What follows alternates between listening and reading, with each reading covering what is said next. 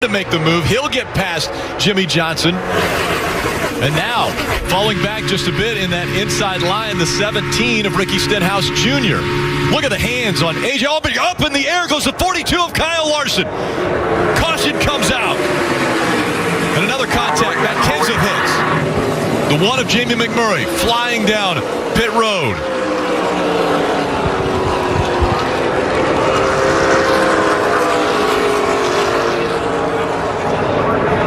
Larson up in the air right in front of the grandstands.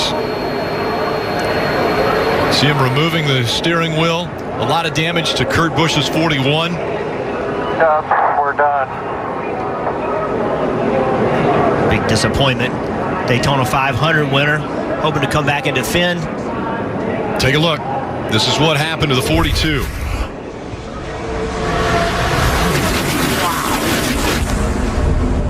How did he get back on the ground without flipping? See right here, he gets down low. The 17 of Ricky Stenhouse tries to fill the upper lane. The 42 tries to block. And as you said, the 42 was destined to go airborne. The roof flaps deployed, setting the 42 back on the ground. And as that happened, the 41 of Kurt Busch crossed the tri-oval, took a hard hit. This is another great action shot right here. Watch this 42. Hits the wall, then gets pushed into the air by the 17. You see the roof flap open. The car sets back on the ground. The 21 of Blaney, he's in the brakes, just nothing you can do. Remember, Matt Kenseth, Casey Kane had got shuffled back. They got behind this wreck. Matt Kenseth did not get through it. Casey Kane did. The 41 of Kurt Busch also came back across the racetrack. He hit it very hard into the safer barrier. If you've ever been on a multi-ton airliner and taken off, those planes take off at 170 miles an hour. We're riding along at over 190 with the 42.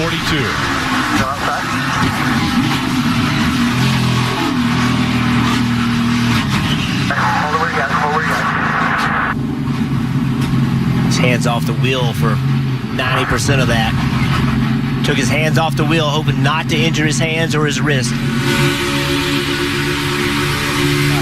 in front of the 14. Check up. What a sickening feeling. Looking out the windshield, a car in the air in front of you, not knowing what's going to happen. That was Ryan Blaney's vantage point. Once again, the 17 of Ricky Stenhouse Jr. had filled that hole, and a big hit by the 41 of Kurt Busch. The red flag has been displayed. Those are the angles that just tremendous impact. The 41 down at the bottom of the racetrack gets caught in the quarter panel, it looked like. So you see him down there on the bottom. The action starts happening on the outside, and the 41 gets clipped, turns right, up the wall. Sure, one car came up, the other car came down. It's hard for me to see when it first starts.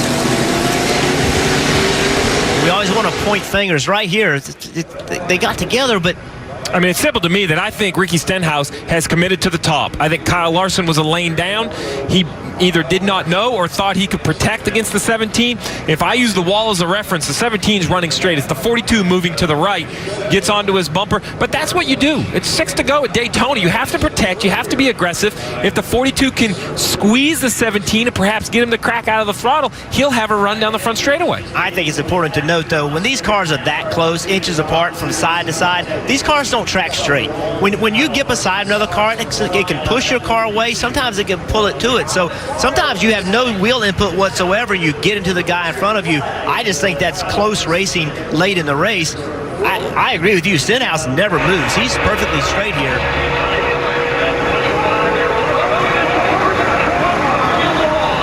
Nevertheless, big impacts. And once again, not a mid-pack accident. This is up towards the front. These are cars racing for the lead.